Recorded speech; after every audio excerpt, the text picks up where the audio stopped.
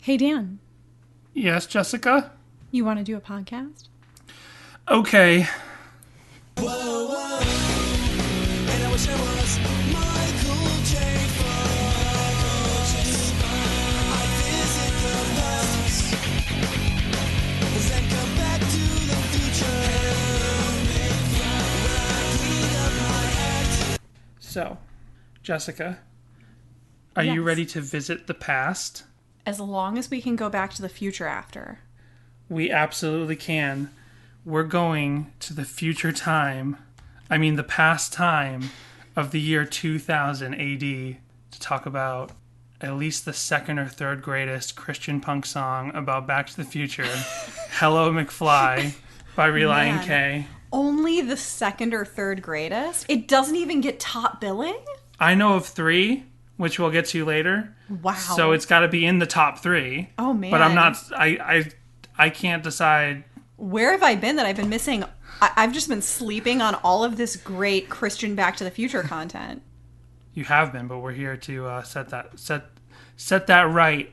So, Relient K, not just a band, but the album. And on their first album, the first song was "Hello McFly." It was. It was, and It is. It is, and it remains, and forever will be. So, Also, first song off of 2000 A.D.D, yes. which is the EP.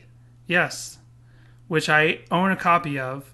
So I don't even know how I got this. I think I got it off their merch table back at the time when this album was new, or maybe even around the time the second album came out. But it lets me know that the album came out on April 25th, 2000. Wow. Where were you? Do you remember? Everyone remembers where they were when the self-titled Relient K album came out, April 25th, the year 2000. I don't specifically remember, but I guess that when I get into my DeLorean and I type that date in, we're going to find out. Probably in middle school doing something. Ken, now you get an idea of our general ages. Yes. Well, Danny's a little older. I'm a little older. So actually, the first time I saw this album was in, can you guess it, the Christian bookstore. So we didn't get into this too much we didn't get into this at all in the Zero episode, but I was... So to give a little sort of background on me that maybe we didn't cover in the Zero episode, I was always into like grunge rock. I was a crappy little grunge kid growing up when I was in middle school. I'm a little older than you, so when I was a little grunge kid, and Right, you can remember like new Nirvana. No, I can't. No, you can't? I mean, technically I could have, but I just missed the boat I on thought that you watched them on MTV. Yes, I did. The year that he died. Because in the year following his death, they were constantly playing Nirvana stuff on MTV in 1995.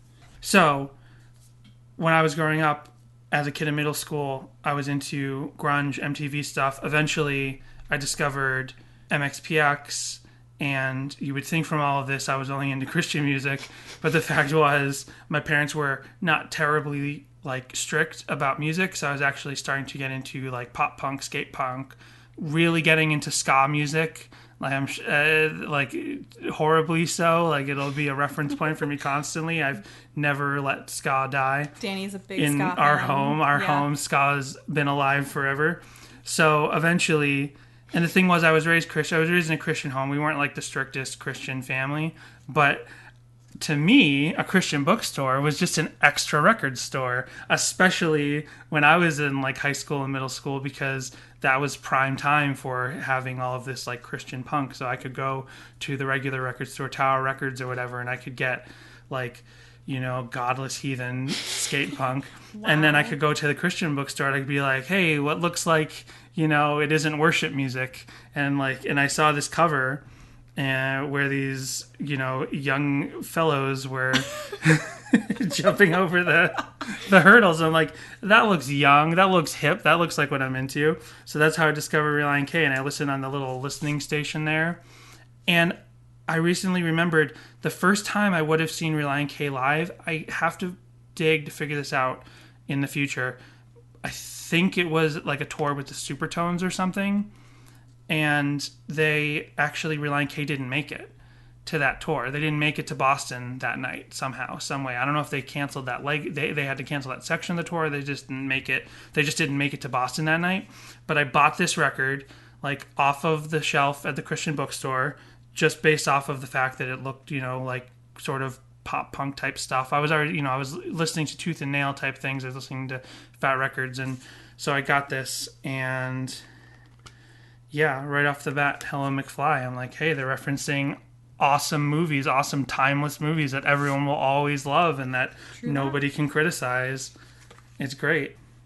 So I had not discovered Relient K yet, like when this album came out.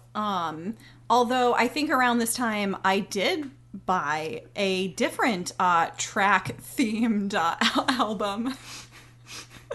Weird Al's Running with Scissors. Oh, there you go. I thought you were going to say the Get Up Kids 4-Minute Mile. I was like, oh, she's so emo. I am so emo. Yeah. I actually bought the self-titled album in, I want to say like January or February of 2004, which if you listen to our Zero episode, I mentioned that was my introduction to Relient K was on a youth group trip. And I grew up Christian, but it wasn't like I was totally allowed to listen to secular music. I did not know the difference between like secular and non-secular when wait, did I do it right? Did I say the right thing? Okay, that's cool. correct. See, I didn't know. See, you weren't raised in that thing. I was not raised in that, and I didn't even know like that terminology until I met Danny. And he would talk about like secular and non-secular, and I'd be like, I have no idea what you're talking about. Like music was just music. Like I knew that like I would go to the Christian bookstore with my mom, and I knew that there were like they would only sell certain artists there, like they would only sell Christian artists, but I didn't really think about it because it was more of like, I guess I just assumed it was like all praise and worship because my mom would take me to like family Christian bookstores to get her Wow Worship 1999 CDs. It's a classic year. That's a fine vintage worship CD. I mean, you've got like Open the Eyes of My Heart, Lord, and you've got Lord, I Lift Your Name on High. There's a lot of good stuff. That's actually how I discovered the Insiders, was because I got Scallelujah 1 and 2. You're just after my heart right now. You're speaking ska to me.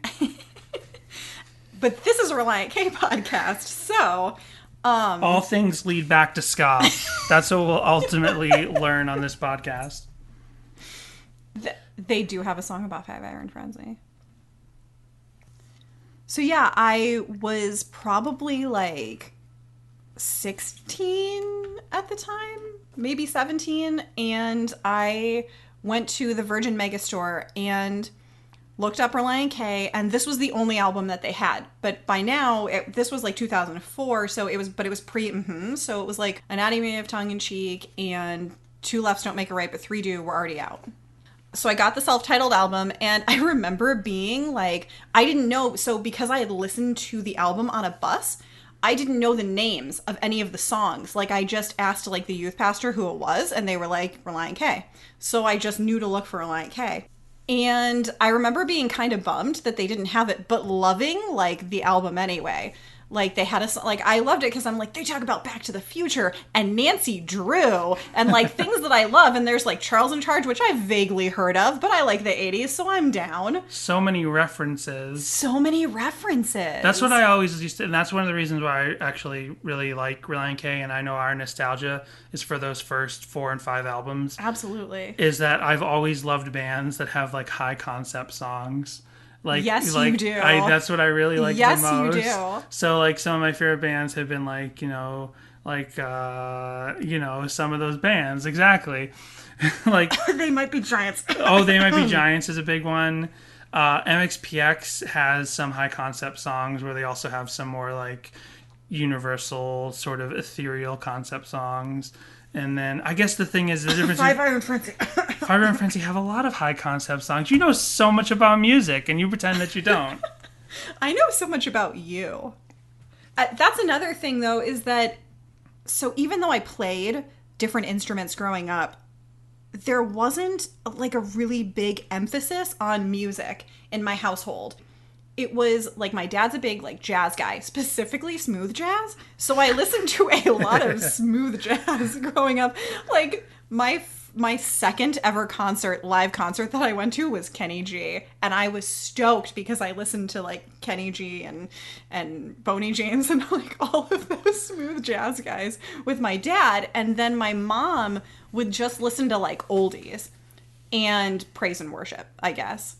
I just want to state for the listener that when she first said smooth jazz, she gave me the double guns pointing, like she pointed at me with both fingers. Smooth jazz, and I don't even think she knew she did it. I didn't. So for me, my parents were not like huge music people either. Like we didn't have records in the house growing up. I think it was just me figuring out like I'm bored, I like music, and trying to sift through what was popular and find what I liked. And then just, it's luckily this was the mid 90s, so there was whatever mid 90s pop. And my parents played a lot of country in the house. They don't play country now. I think they only played country because it was like relatively clean. I cannot imagine either of your parents listening to country now. My mom, I know, yeah. They're not country people. No. It's just like before there was like Safe for the Little Ears radio. It's like, there's country music. That's sort of safe for the little ears.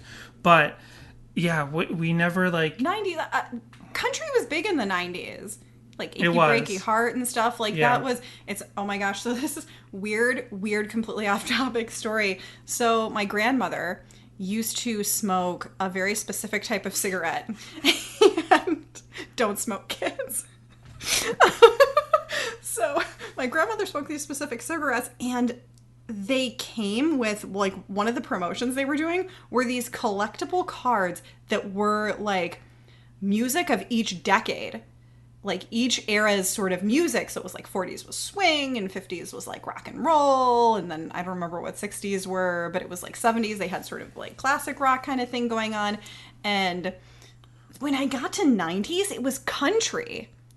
Oh, weird. And I was like, this is so weird. And this was probably like in like when she got these, it was probably in like the mid, like early to mid 2000s. And I was like, that's so weird, because that was not a thing I would ever identify as that, because my family just didn't despite living in the South in the 90s, we lived in Atlanta, Georgia. During that time, I never associated the 90s specifically with country. That the 90s are for the Spice Girls and Aqua. And Relient K. And Relient K. Although this album came out in the year 2000. Still, they were around before. Yeah, so I guess in my house, like, my parents weren't, just like they weren't really for you, like your parents like certain types of background music and certain types of like non-offensive music. And by non-offensive, I don't mean the lyrics. I just mean like it just generally just flavors the room. It doesn't take up your mind. It doesn't preoccupy your senses. Whereas I was just like, I like music. I want to figure this out. And I would listen to the radio. And at the time, rock music was big in the 90s. And eventually I figured out like I actually like punk music and ska music and all this stuff. So it led me back, that's where I eventually got to this. And I liked the bands with the high concept songs and the little story songs and the funny songs and that kind of stuff, which is part of the reason why I love Relient K. And Hello McFly, which we haven't really talked about. No. But right off the bat, I love the bass line. This is a good segue to mention, as we talk about our own relationships with music, that in this podcast we're not musicians, which is kind of a no, we're not, because you grew up playing instruments and I tried playing guitar at different points, but you and me and so many other song by song podcasts and album by album podcasts I listen to, everybody's a musician. And I've like met people from podcasts, and I've met people who listen to podcasts, and everyone's a musician, and we're not musicians. We are not. We are filmmakers, actually. But I say we are here to democratize, which is the most punk rock thing of all. Doesn't punk rock love democracy? Yes, absolutely. That's what I was raised to believe. So we're here to democratize, and I can just say, hey, let's go with it and not be musicians and have a music podcast. Damn the man. Damn him. So, Hello McFly. So, how did you feel the first time you heard this song? Because I know this wasn't the first Relient K song you heard, but it's the first time you put a Relient K song in your own player, and it's like that opening bass. I was definitely like stoked. I was definitely into it. Like, I love, like, that, like you said, that opening bass line. Yeah. It's a thing about, like, a lot of Relient K music is that this is so cheesy, but it makes you feel good. It's very, like, positive and peppy, and you just, I don't know, it's just fun. I will say that as we've been, like, getting ready to record this show, and I've been listening to more Relient K, listening back to this album, I was like, this album's a little rougher than I remember. Just around the edges, like, there's this thing now, like the volume wars, where, like, all music is just turned up so loud, and, like, every instrument is just up to the loudest. Like, there's no levels, there's no quiet moments. This is a thing that they talk about in music nowadays, right? This is, like, the I'm sorry, I'm only familiar with the Dr. Pepper Wars. Look it up on YouTube, folks. Dr. Pepper Wars were a very violent, horrible time in this country, and it is not funny to joke about. I'm sorry, you are completely right. I can't believe we just really turned it around from there. It's incredible where we've come as a society. Well, anyway, this album, despite, like, it having sort of the rough recording and the guitar and the vocals, and I mean, if there's a criticism I've sort of thought about, it's that Matt Thiessen's singing on this album, it's sort of just it is more of a talking singing. I realize he didn't on this album, he didn't really have a, like, super melodic voice. I think it's something he really gained probably by the second album, and then really carried into the later albums. But, like, everything on this album just feels very low as well. Like, everything feels kind of like it's like I was saying, it's the opposite of the volume wars. Like, it is very everything feels mixed low. Like, no one thing feels really mixed high. It also makes it sort of at the time I was like, oh, this is really cool and indie, but I was way wrong because because to be honest, Relient K, like, they get categorized as pop punk or sort of that sort of thing, but really, like, I think even they, as I recall, when I used to see them live a lot during these first three albums, they would come through Boston a lot when I was a kid, is that they didn't really like being categorized as punk. And nowadays, in 2019, the word pop punk actually gets thrown around with, like, pride. The word pop punk actually wasn't, like, a prideful thing in the year 2000. Like, you were just punk, and if you were pop punk, that meant more like, that was more akin to, you were like maybe a poser. That was poser punk. Yeah. That's definitely how I felt about it at the time. So people used to label them as punk, but I remember Matt Thiessen actually saying, like, we're not really punk, we're just sort of like rock, you know, but they obviously were a little faster. Their guitars were, you know, sort of had that driving sort of edge to them, so they would get categorized like that. Yeah, it's funny. I've heard them categorized as punk before, and I was always like, because I was into the Ramones and stuff, and I was like, this isn't, like, I would listen to Relient K, and I'm like, this is not at all punk. And it's so funny because actually today, for the first time ever, I took out Danny's old Relient K CD collection, and I put on their very, very, very first album, All Work and No Play, and I put it in, and I was like, oh my gosh, this is punk. And as I was listening, I was like, oh wow, now I understand. So I wonder if this album, like, made it around enough to different music people that they just blindly categorized them that way. Because it does have, like, it has a very punk sound to it versus, like, all of their, like, actual mainstream albums. Right.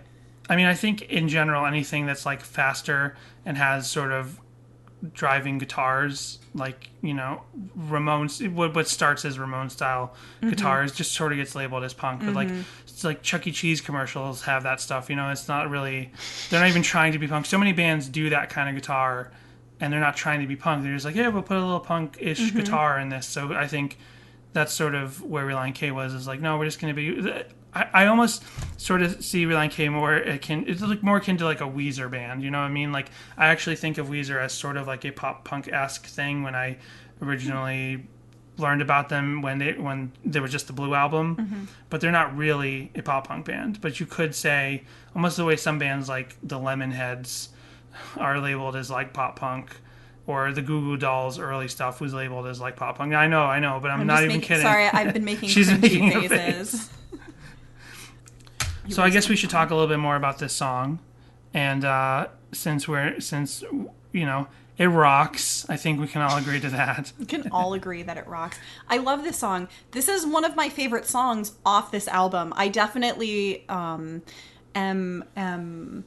guilty of being one of those people that skips around on an album. So like I'll be like, yeah, I love this album, but like I only listened to 3 or 4 songs off that album. So I definitely was guilty of that with this one. And I think I probably did a lot of just skipping between Hello McFly, Charles in Charge, 17 Magazine, and Nancy Drew. And of course, every now and then, You Gotta Love My Girlfriend. Which we'll talk about in a future episode.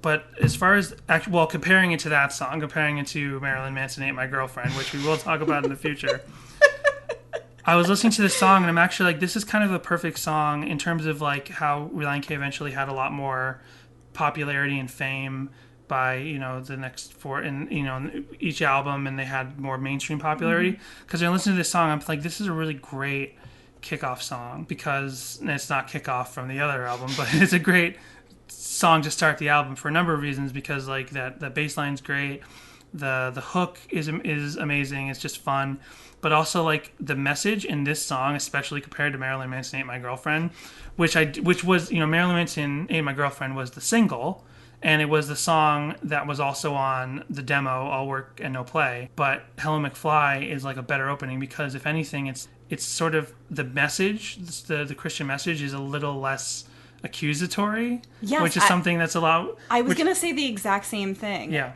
That I think that's why This is more a great introspective. song. Yeah. It is. It's more about him, to get into the lyrics a little bit, it's more about like him saying, I made mistakes in my life, and you know, and I guess through the lens of this song, it's like, oh, I've sinned and I've upset God or whatever, but it's really a universal concept. It doesn't have to be a Christian only concept. Like, you make mistakes in your life and you want to go back in time and you want to correct them. It's a pretty universal concept. I mean, some of this stuff, so as far as like some other, not just Relient K, but other like Christian pop punk songs, other Christian punk songs in general, and other Christian CCM music, you know, that type of rock, it's like some songs can get very accusatory of other people, like or like this is the way you should be living, but it's more and actually Relient K does have some of those songs, which are like, for instance, the next track on the album is like a very accusatory That's song, what which I was I think comparing. Yeah, it's so funny because this song, well, and I will say that, so for those of you who might be listening who only know maybe more current Relient K, their first few albums were very Christian. Like, this album is like way more Christian than I really realized at the time. They do have some heavier handed lyrics, but I think because they mix it with like the fun metaphors and like wordplay that I think Relient K is kind of known for, at least that's one of the things that I really love them for, that it sort of balances it out. And yeah, this is like a very like, so the theme of redemption and fixing the past is kind of like a reoccurring theme I've noticed in Relient K lyrics. Mm-hmm. So I'm on the Relient K wiki, which is on fandom.com, and just to say off the bat, like, this is not a very diverse wiki for Relient K. It only covers the first 3 albums. It makes me wonder if like someone started this and it was like, these are, either they started this and they're like, these are the only albums that matter, or they started this years ago and nobody else came along to fill it out. Wow. I always thought that the concept of actions speak louder than words was like something biblical that was like maybe sort of just more universally understood, but there is a scripture reference in the Relient K Wikipedia. Oh wow, we're going there. Well, I'm just saying, I don't need to dig too deeply into this, but it's like it says that relevant scripture passages for the line, because the line actions speak louder than words, can be related to, do not merely listen to the word and so deceive yourselves. Do what it says. James 1:22. That's not no. Actions speak louder than words. It means you do. That Bible verse sounds more like you. Yeah, actions speak louder than words is just kind of one of those sayings that's just been around. Forever.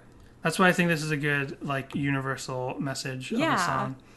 I have a good question for you, Jessica. Yeah. Do you ever wish you were Michael J. Fox? Man, all the time. I always thought it was kind of... I always wondered if it was kind of like, did they have to pick Michael... Because Michael J. Fox was the actor. Michael J. Fox didn't go back to the past. It was Marty McFly that went back to the past. That's true. So I was like, could he have said, like, I wish I was Michael J. Fox, I'd have sex with my aunt, and then do real good at business? Whoa.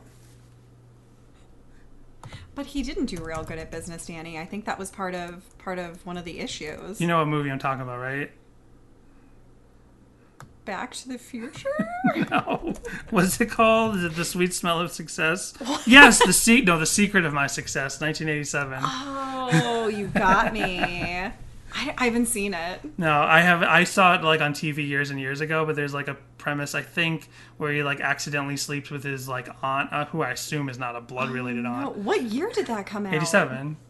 So like 2 years after... Oh, were they trying to do a thing? Where they're like, oh, we're going to do a thing. He tried to sleep with his mom in the last movie. Yeah. He couldn't... It'll be funny. It's like a shout out. It's like a throwback. It's like when you watch the last 50 Shades of Grey movie and, No, I don't know what Melanie you're talking Griffith's daughter gives Melanie Griffith's entire working girl speech. And you're like, you can't do that. You can't do that just because she's the daughter of the actress. You can't do that. It's so weird. I probably shouldn't talk about 50 Shades of You can talk about whatever Grey. you want. This is the best Christian So 50 Shades of Grey podcast on iTunes today. So I feel like I should explain myself, and also Why? little extra, a little deeper dive of getting to know Danny and I. We are really into bad movies. Oh, that's true. We That's love news to me, but it's true. it's news to you. Yeah. Yeah, I forget things about myself all the time. that's what you have me for. I know.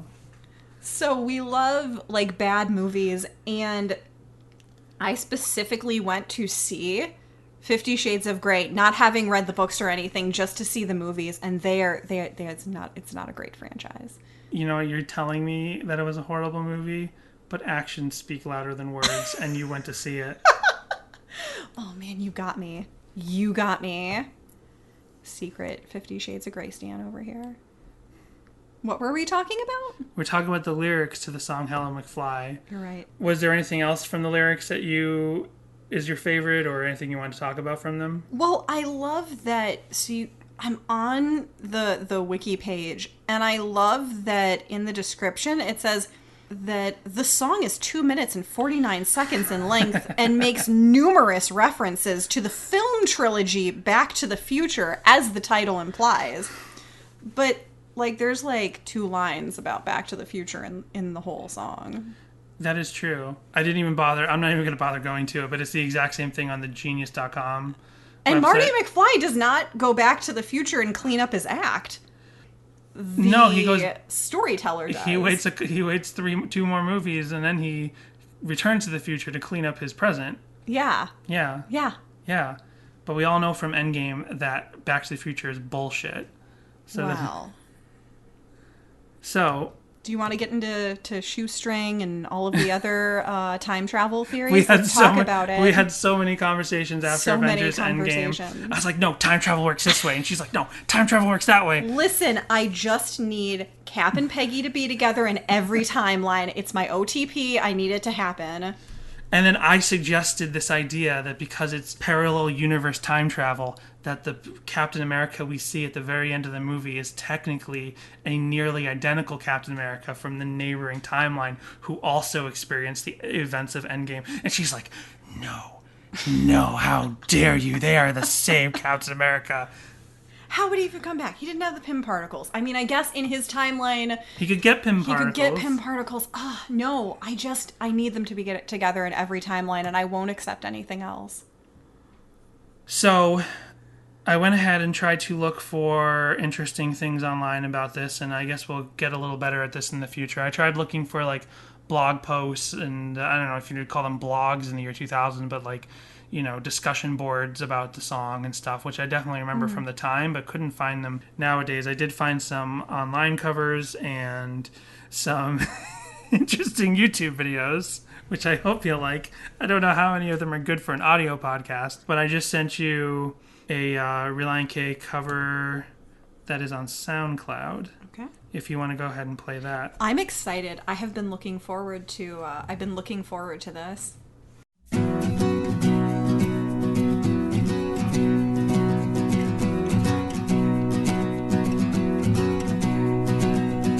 Roll up the dice, slip up the tongue. I was stirring up the hornet's nest and it finally got me stung. Said I'd do the right thing, but the wrong was done. It's over, excuse my grammar, but the fat lady's son. And I wish I was Michael J. Fox. Visit the past, then come back to the future. I clean up my act. I don't know what went through my head. Was my conscience shot? Was it left for dead? I said I'm sorry, but no one heard. 'Cause actions speak louder than words. So what do you think of that? This is by That Rob was really Crosley. pretty. That was really pretty. If there was a weird jump in the audio, it's because I'm the one who's kind of doing the She's got the headset. I've got the headset. I'm the one who's monitoring, and all of a sudden, it just started blasting in my ears. That was really nice. 7 years ago, nice little nice little cover art where he's taking photos in the forest. Yeah. It's very Matt Hoops of him. Let me see. So here's another cover if you want to see what you think of that one. All right. I've got 4, by the way. 4 legitimate covers. Oh, wait. What is this? This is not a cover of Hello McFly by This Relient is K. not a cover of I Hello put this- McFly by Relient this is K, just- but I kind of want to see where it's going. This is by T Yatu, Shout out. and I guess it's called Marty McFly Hello. I think it's just someone noodling on the guitar for a while for 4 minutes. That's great. I wonder if they use this in Roller Gator. This does sound like the soundtrack to not David Dakota. What was his name? Hold on, I'm gonna. Famed director of Rollerblade Blade 7. I want to sound smart. This does sound like a Donald G. Jackson. I'm gonna leave all that in, but yes, this does sound like a Yeah. Donald G. Jackson soundtrack. You can Okay. stop that one. I didn't even mean to send that one to you because I found that and I didn't mean to actually give it to you. But there's only one like full band cover, and I don't remember. This one is by Beatloaf. Let's see what Beatloaf has to do Sweet name. with this song. Wait, Oh, wow. this is also not a cover. So, there's a picture of This is a guy in his backyard with like a beer, and he's wearing one of those full body suits where like And green. his face is covered in green, and then he's wearing maybe some sort of sports team hat and wearing a sport coat. He's wearing a famous hat from Travis Barker's company. Oh, okay. And he's like in some creepy backyard. This is also not a cover of Hello McFly. So, okay, Danny, Yeah. you're fired. good news. I only have 2 covers of Hello McFly. How is that good news? No, I was wait. looking forward to this. No, wait.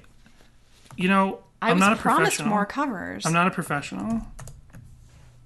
I'm almost positive this one is actually a cover and not just some random person's SoundCloud clip. The team. Hello? Hello? Anybody home? Hey, think McFly. Think. WQTX, St. John's, Lansing. It's a great cover.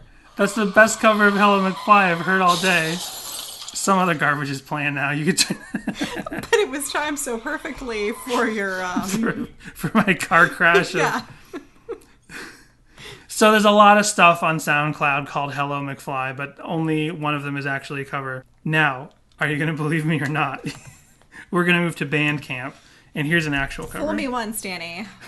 Shame on you. Fool you 3 times. Shame on you still. That's a lot of victim blaming. I'm sorry. Oh, wow. Okay. I'm looking at the art. Okay. This should be legit.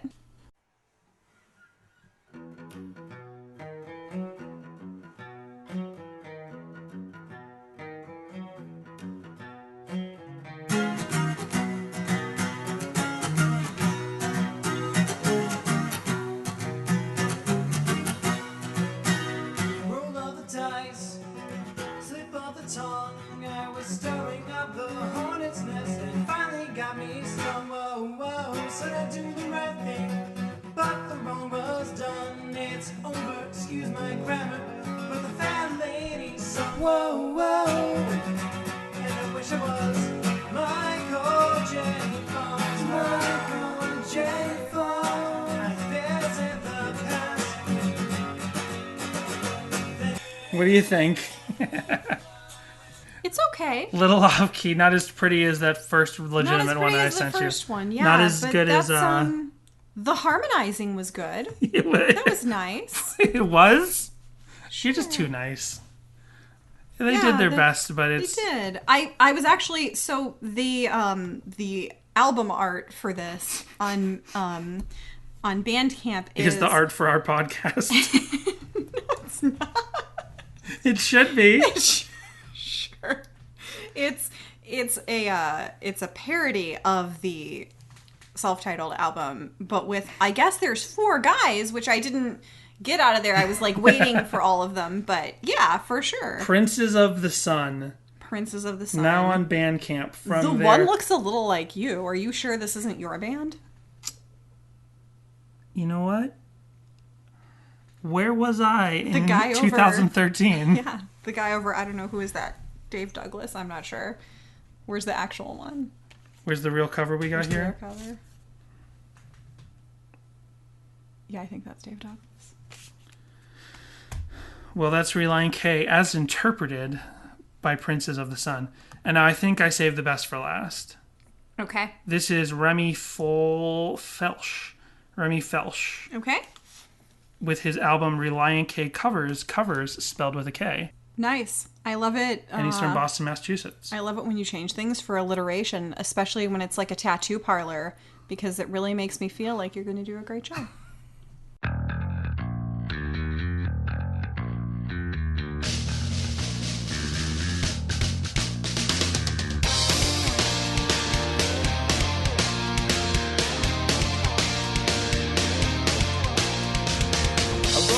Dice, a slip of the tongue. I was stirring up the hornet's nest and finally got me stung. Whoa, whoa, said do the right thing, but the wrong was done. It's over, excuse my grammar, but the fat lady sung. Whoa, whoa, and I wish I was Michael J. Fox. I'd visit the past and then come back to the future. When I cleaned up my act, yeah, I don't know what went through my head. What do you think? That's pretty good. He missed it's the only electric, it's the only like full bandish, whether it's a full band or not, it's the only like full electric version of the cover that I found. Uh-huh. And he didn't do that. Yeah, right. Yeah, he just kind of like, Well, it's his interpretation. it's his, no, I And leave guess what? interpreting up to Princes of the Sun. As well you should. However, Remy posted this on my birthday back in 2016. Happy birthday. So, yeah, there are things on YouTube, but I don't know how familiar you are with this concept of just guitar covers and bass covers and drum covers. Mm-hmm. So it's this whole thing that I don't understand. I think it's more of a younger thing. to say guitar cover, and then you just take some creepy footage in your bedroom. No matter whether you're a tiny little kid or you're a creepy old man, you just take creepy footage in your bedroom. I think that's just a YouTube thing. I think that's been around since the dawn of YouTube. What, creepy bedrooms? Well, yeah. Those have been around since the dawn of time. Creepy bedroom covers, I'm pretty sure. But to call it a cover, because to me a cover means you actually Yeah. record the song. Yeah. But there's this thing on YouTube where it's called bass covers, guitar covers, drum covers, whatever. And it's just you playing in your bedroom to the thing, and they call Well, you're it a cover. covering the song. You're still covering the song. I mean, I guess you're covering the song, but you're jamming out to the song. You should be playing the song. So you would prefer if they called them jams. I would prefer it if they said Hello, McFly, bass jam. bass jam. And then I'm going to market that term, and I'm going to sue anyone who uses it. I'm going to make the world dependent on it. So I can send you some of these, but like I said, they are just like tiny little boys in their creepy bedrooms. Everything about that was creepy. What I said, or Yeah. what I'm communicating? I'm just saying all of these three that I found, they are all just like young children playing Relient K songs, which is nice. That, you know, which is nice that young kids still like old Relient K You're not songs. making it better. You're not making it better. I will hold this. I will go straight to the highest court and defend everything I've just said. Oh, this kid's good.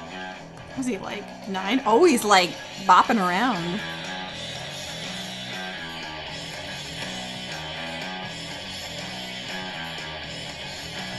It's Christmas time. He's got his Christmas decorations out. Man, he's got a lot of bases.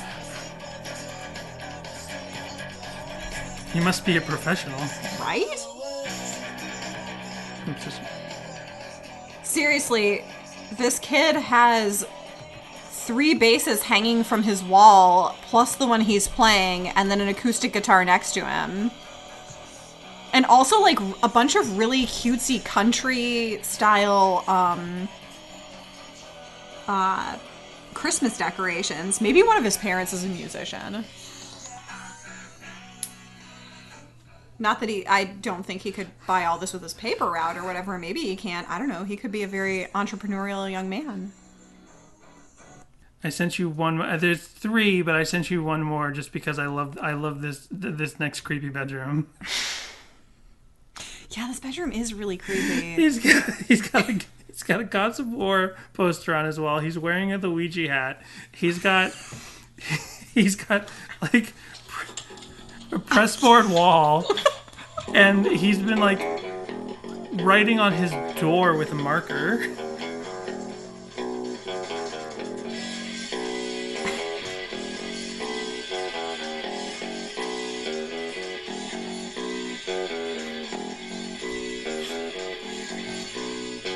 It's fitting that he's dressed like Luigi for this video because this house is obviously haunted.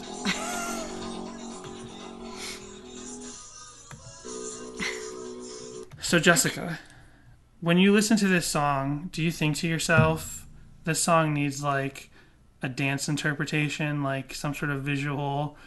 Absolutely. Some sort of visual representation. So like when they're singing, it's a roll of the dice, you flick your hands like it's dice. A slip of the tongue, you move your hand across your mouth like it's a slip of the tongue. It's like it's a big, big house with lots and lots of room. You know, you ever do that one in Vacation Bible School? No, just me. All right, fine.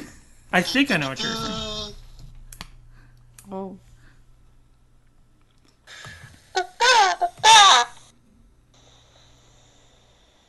Oh, yeah, huh? Oh, right, this is some sort of approval message. Yeah, it's approved.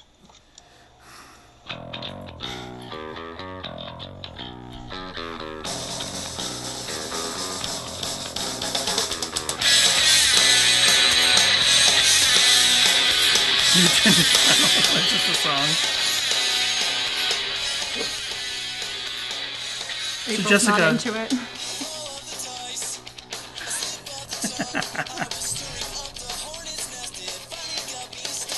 He's stirring up the hornet's nest. He literally was stirring up the hornet's nest. And then he got stung. And then there's a fat lady. Oh wow! And then like a crazy eye picture of Michael J. Fox. Jessica, did you ever find yourself at grandma's house and you just didn't know what to do with your day?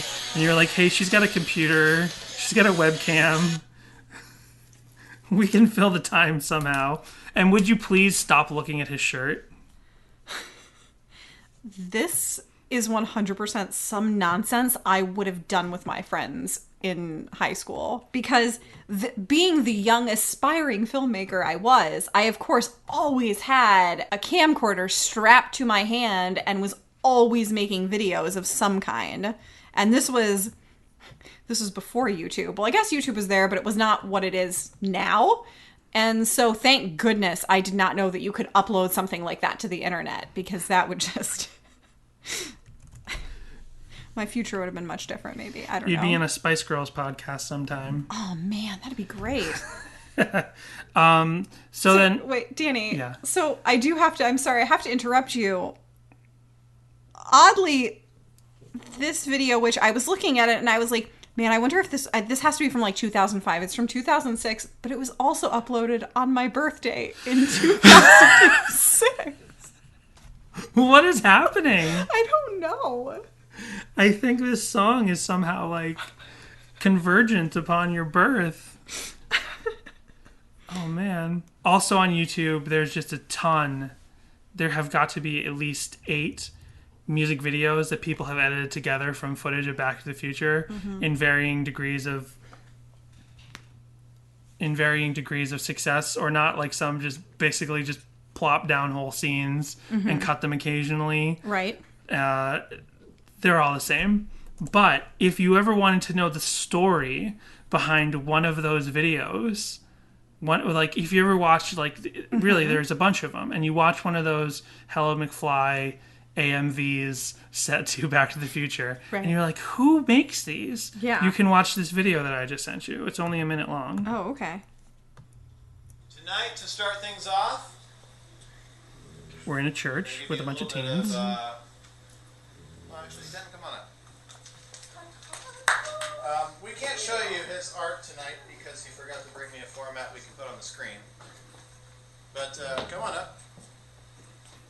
All right, why don't you give us in about 30 seconds or less what you have and Youth how pastor they is proceed. sassy.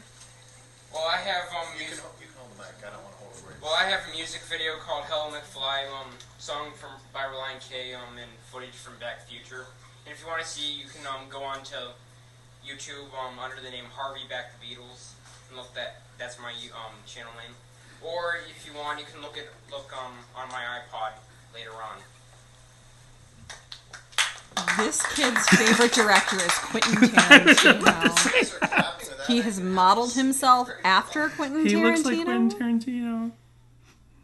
Oh, that was it. That was it. Just introing it. I don't even know why they uploaded it. Well, the back, so basically you have what is obviously some sort of Christian youth group, some sort of little stage with a bunch of kids sitting around the floor looking up at the coolest effing pastor you have ever seen. He's wearing shorts. He's wearing a nice like taupe or like a light yellow sort of polo shirt. He's got the coolest looking goatee you have ever seen. He looks like you. He looks like me. Yes. He looks like me. Except he guides the youth. It says here on the video, at Friday night's Flood Expressions evening, Denton shares a video he edited involving Relient K's Hello McFly and clips from Back to the Future, except he didn't bring it in a playable format. So, if you want to watch it, you go back to that Friday night's You Flood go back Expressions. to the future. You go back to the past in 2010, and you check it out on Denton's iPod. Because apparently that's the last place that it was available. And you know what? 0 likes, 0 dislikes. I'm giving it a like. Thank you very much, Denton. Now we know the background behind all of those Back to the Future AMVs. So, Dan, I have a question for you. Yes. Have you ever wondered what this song was about? Have you ever thought, like, really deeply tried to decode the lyrics? It's about going back to the past. Well, I have good news for you. Okay. Yes, it is. But I discovered this website called songmeanings.com where you can, like, it's like, I guess, like a message board type thing. It gives the lyrics, and then you can put in your thoughts about what you think it's about. Okay. This was the first song by Relient K I ever heard, and I'm glad it was. They have a sense of humor they use to get their point across, and I think it's awesome that they are so cool about it. It's so awesome of them to be able to show God as the cool cat he is. It makes me happy. And I said it sing-songy because it's HA-A-PPY. Who's this? Is there a name on this? There is Britners. Britners? You know what? I feel like they more concisely explain why this song is awesome than we were able to do in the last hour. Absolutely. Britners, if you are out there, please contact the pod. We've got to get you on. It's so funny because I feel like this, this would have been a comment I would have made. This exact same comment in 2002. I definitely would have been like, I'm glad that they were able to show God for the cool cat he is. Do you think Pharrell found that post and he was like, hey, I like this happy part, so I'm going to steal it from my Minions song? Was that Pharrell? Absolutely. It was Pharrell. I know some pop music. I know that song. I know the Minions. They're my favorite band, the Minions. Dog328 on June 20th, 2005 said, it's about a sinner wanting to go back and fix everything. And I wish I was Michael J. Fox. I'd visit the past, then come back to the future when I'd clean up my act. I don't know what went through my head. Was my conscience shot? Was it left for dead? I said I'm sorry, but no one heard. 'Cause actions speak louder than words. Wow.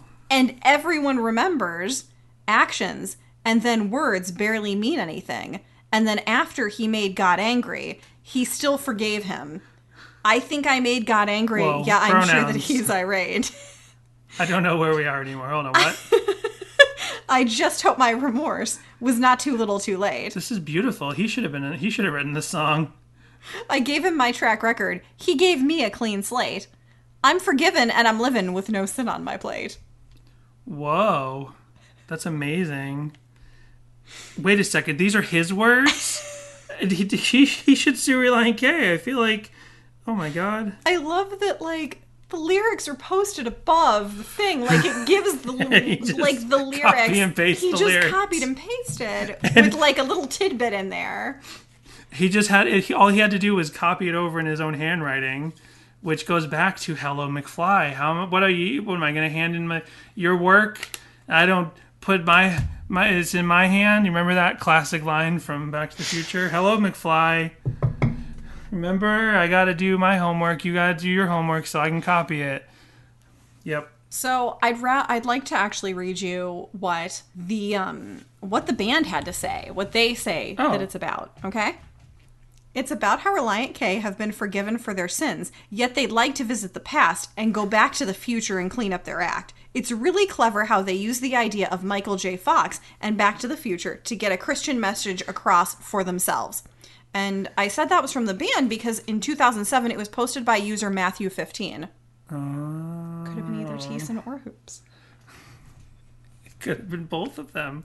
Yeah, they share the account. You know, like, yeah, you know when you share an account with, like, your spouse or your family members, you have your own email? You know when you used to get MySpace messages from hot girls and they'd be like, hey, I'm using my friend's account. I just wanted to say hi. Check this link. Oreo_girl XXX on 2008, on August 22nd, 2008, said, awesome song, BTW. Does anyone know what do they mean with Hello McFly? Is it about the McFly band? I did learn about the McFly band, which I think I'd heard of before, but never really checked out. And I didn't think it was worth mentioning, but thank you. Oreo_girl, because GURL XXX. It's definitely about the Hello McFly band. Relient K was like, hello McFly, come exist after we've started our band. Well, don't worry, because Toby Hawk Boys let Oreo Girl know. He's gonna mansplain. It was about, yeah, he let them know. Forget you, Toby Hawk.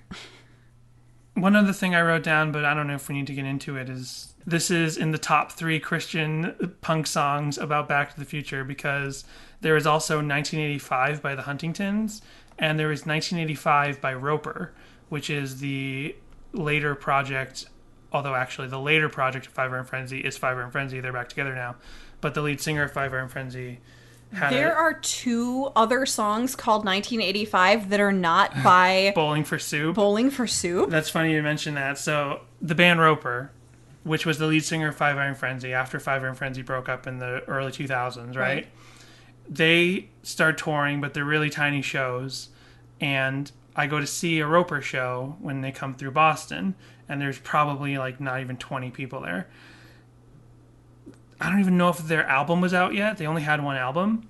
Maybe it was. But when I saw them, I was like, maybe I was a little less aware of myself then to just blurt this out when I talked to them later, because like I said, there were only 20 people there. I'm like, are you upset that Bowling for Soup has a song called 1985? And they were like, oh yeah. I feel like this I was a curious boy. This podcast is going to unearth so many cringy Danny I have stories. so many stories of talking to bands. They're not all Christian, but I have so many stories of talking to like Christian bands. So cringy. And embarrassing myself. Yeah. That is definitely not the only song of me embarrassing myself in front of Five Iron Frenzy. I think in order to be a Five Iron Frenzy fan, you have to embarrass yourself in front of them at least once. But I did do that, and they were like, oh yeah, and then, you know. But no, there are 2 songs called 1985, one by the Huntingtons, one by Roper. The Roper song is a bit more like Hello McFly. It's just like a nostalgia. It's actually it's like a mix of Hello McFly and Bowling for Soup's 1985, because it's a song all about nostalgia. Mm-hmm. Like, wouldn't it be great to go back to the 1980s when everything was cool and you when go there to was Bruce Springsteen and Madonna way Yes. before Nirvana. They mentioned Run DMC. Does Bowling for Soup mention Run DMC? Roper mentions They do not. Run DMC. They're the Kings of Rock. But what are you And- shaking on the hood of White Snake's car, huh? Riddle me that. If we have one more Bowling for Soup reference, I swear to goodness this podcast is canceled. Danny hates Bowling for Soup. I really hate Bowling for He Soup. really hates Bowling for Soup. I've learned to forgive and forget and just forget that they exist. But if I'm going to mention 1985, what can I do? But hey, the Huntingtons, they also have a song called 1985, and it's actually just like a summary of the first movie, which is more directly actually about Back to the Future, because they're actually talking about the plot of the song. Well, I guess that about does it for discussing Hello McFly, but hey, Jessica. Yeah. So you know, a podcast about the song Marilyn Manson Ain't My Girlfriend will never be on Sadie Hawkins' pod. Period. You got me? Do you mean a discussion about the song Marilyn Manson Ain't My Girlfriend will never be on Sadie Hawkins' pod? That's what I meant. I don't know what I said, but that's what I meant. You know what artists don't do anymore? Skits. Plenty of rap artists do skits. Oh, that's true.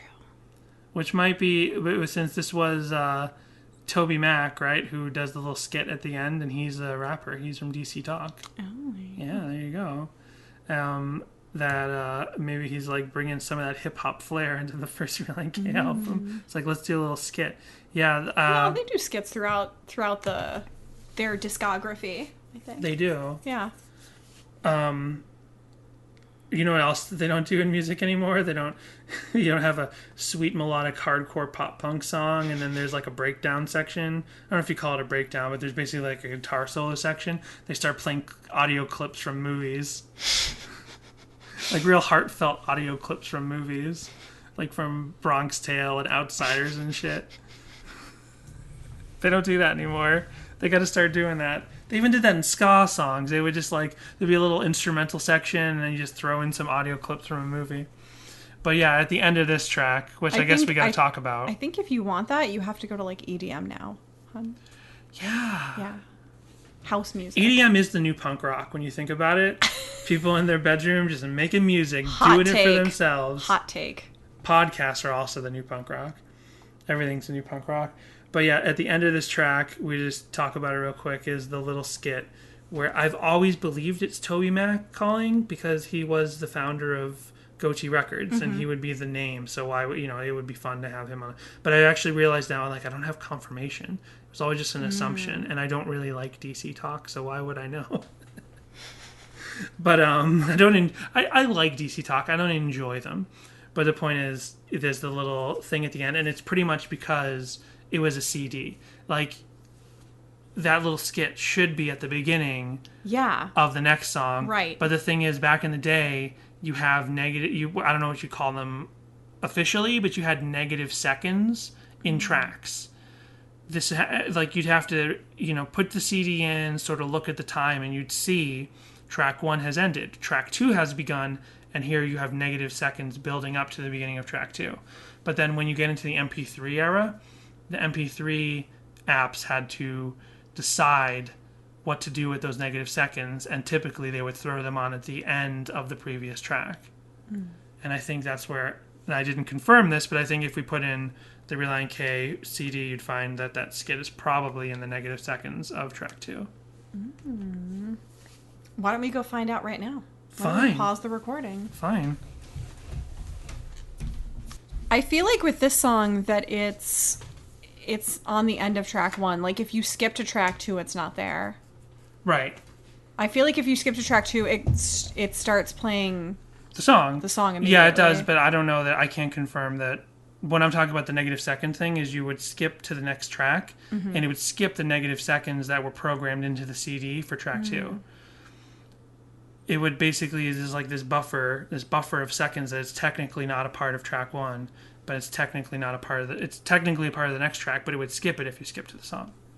But I don't think that, I just looked into it, and I don't think it's actually programmed for negative seconds. There used to be a thing in CDs, if you'd have to have the right kind of CD player to do it, but you put the CD, you start track 1, you immediately hit the rewind button if your CD player has a proper rewind button, and it would actually go into the negative seconds of track 1, and there'd be a hidden track there. Fiverr and Frenzy did one of those, They Might Be Giants did one of those, Less Than Jake did one of those. But you have to have a CD player that can actually figure out when you hit rewind on track 1 at the very beginning that there's negative seconds programmed into that first track. Interesting. Yes. Did Relient K ever have a hidden track? I don't know. We'll find out. Lots of hidden tracks. I said I don't know. We'll find out if you listen to future episodes of Sadie Hawkins Pod. Because next week... That's the hook. That's what's going to get him. That is what's going to get him. Should we tell him what we're doing next week? Sure. We're doing... Now, we were doing the first track of the first 9 albums, which would be the first 8 albums plus Birds and the B-Sides. Oh, I love Birds and the B-Sides. We realized right away that certain albums have these little short songs at the beginning, and we don't want to do a whole episode about those little short songs like Kickoff and Plead the Fifth. So we're going to do Kickoff and Pressing On together for next week's episode. Already breaking the format. I know. There's no format. This is punk rock, just like Relient K. We can do whatever we want.